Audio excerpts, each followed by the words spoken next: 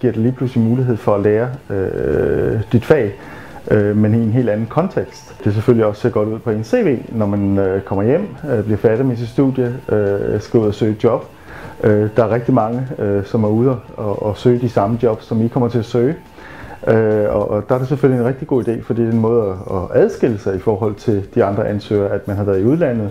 Det giver jo også en mulighed for at skabe nogle bekendtskaber, som måske kan vare for resten af livet, som gør en i stand til at for eksempel sige på et senere tidspunkt, nu tager jeg sgu lige ned og besøger Pedro og tager en lille ferie dernede og lige genoplive gamle dage.